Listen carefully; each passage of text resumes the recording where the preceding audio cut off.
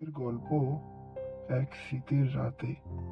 এই যে শোনো, শীতের রাত মানেই শুধু কনকনে ঠান্ডা না। শীতের রাত মানেই এমন কিছু সময় যখন অন্ধকারটা একটু বেশি ঘন হয়, বাতাসটা যেন কথা বলে। আর গ্রামে গ্রামে তো শীতের রাত মানেই ভয়ের সময়। আজ যে গল্পটা বলবো সেটা আমার নিজের শোনা।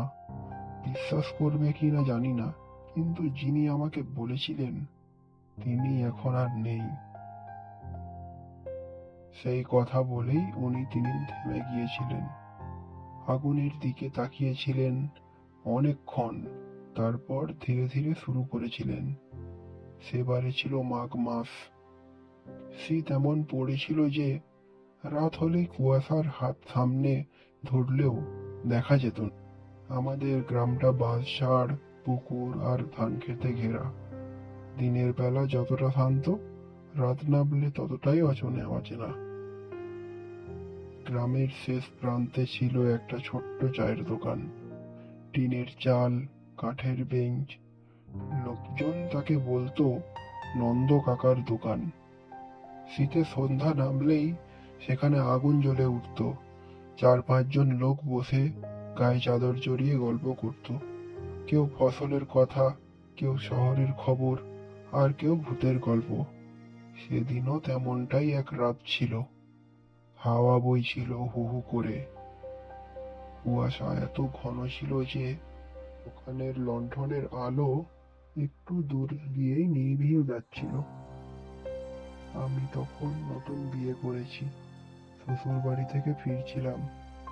বাড়ি পৌঁছতে তখনও আধ ঘন্টা হাঁটা। নন্দু কাকার দোকানে ঢুকলাম গা গরম করার জন্যে। দোকানে তখন 3 জন বসে, নন্দু কাকা, মদন মাস্টার আর বুড়ো হরিচরণ। আগুনের সামনে বসতেই নন্দু কাকা বললেন, এই শীতে একা কোথায় যাচ্ছিস রে? জানিস না আজকাল কি সব হচ্ছে? আমি হেসে বললাম, আরে কাকা, ভূত টুত বিশ্বাস করি না আমি। এই কথাটা বলা উচিত হয়নি। হরিচরণ বুড়ো ধীরে ধীরে মাথা তুললেন। আগুনের আলোতে তার চোখ দুটো অদ্ভুতভাবে চমচম করছিল। তিনি খুব নিচু গলায় বললেন, বিশ্বাস না করলেই যে নেই তা নয় বাবা। দোকানে হঠাৎ চুপচাপ হয়ে গেল। মদন মাস্টার গলা খাঁচারি দিয়ে বললেন, ওই ওই পুরনো আমবাগানের দিকটা এড়িয়ে চলিস। এই শীতে ওখানে কেউ হাঁটতে যায় না। আমবাগানটা গ্রামের ঠিক বাইরে। আগে সেখানে জমিদারের বাড়ি ছিল, পরে সব ভেঙে পড়ে গেছে। এখন শুধু গাছ আর গাছ, আর মাঝখানে একটা ভাঙা কুয়ো।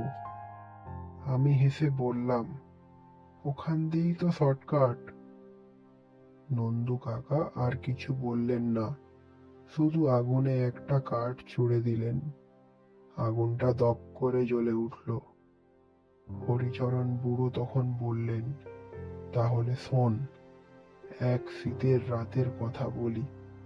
এই ঘটনা আজ থেকে প্রায় 25 বছর আগের। তখনও আমবাগানটা এত জঙ্গলে ভরা ছিল না। সন্ধ্যার পর কেউ ওদিকে যেত না, কারণ ওখানে এক মেয়ের কথা শোনা যেত। নাম কেউ জানতো না। লোকজন তাকে ডাকতো সাদা বউ। শীতের রাতে নাকি সে আমবাগানের রাস্তার ধারে দাঁড়িয়ে থাকতো, পরনে সাদা শাড়ি, চুল লম্বা, মুখ দেখা যেত না। সে শুধু বলতো, একটু জল দেবে? যে জল দিত সে আর কোনোদিন স্বাভাবিক থাকতো না। একজন ছিল কালু, খুব সাহসী লোক। ভূত প্রেত মানত না। এক শীতের রাতে কালু নেশা করে ফিরছিল। আমবাগানের কাছে এসে দেখে একটা মেয়ে দাঁড়িয়ে। কালু হেসে বলল, এই শীতে একা দাঁড়িয়ে আছিস কেন? মেয়েটা মাথা তোলে, মুখ নেই। কালু তখনও বিশ্বাস করেনি। সে হেসে এগিয়ে যায়। পরদিন সকালে কালুকে পাওয়া যায় কুয়োর পাশে, চোখ খোলা, মুখে অদ্ভুত হাসি, শরীর বরফের মতো ঠান্ডা। ডাক্তার বলেছিল হার্ট ফেল, কিন্তু গ্রাম জানতো সে হাসি মানুষের না।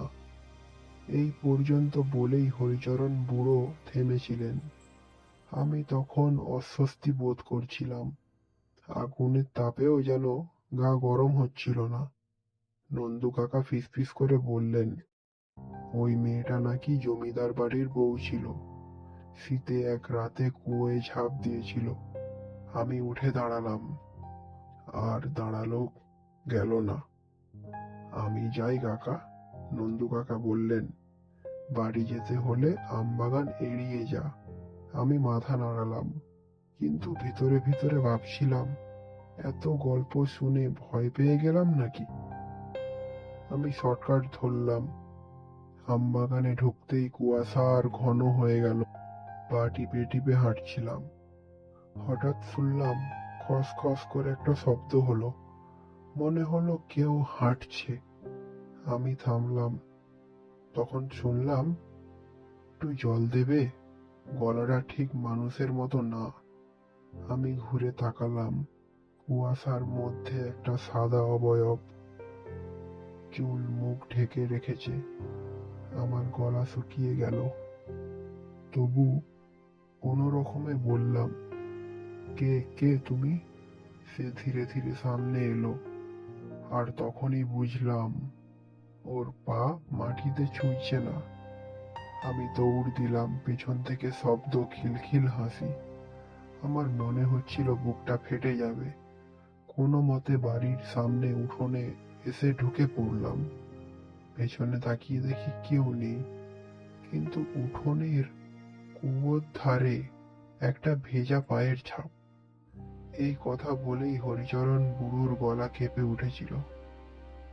এরপর আমি জিজ্ঞেস করেছিলাম, তিনি বললেন, এরপর থেকে আমি আর কোনোদিনও শীতের রাতে একা বেরোইনি। আগুন নিভে এসেছিল। নন্দু কাকা ফিসফিস করে বললেন, এই গল্পটা কেউ বানায়নি বাবা। আজও শীতে ওই রাস্তা দিয়ে গেলে অনেকে শব্দ শোনে।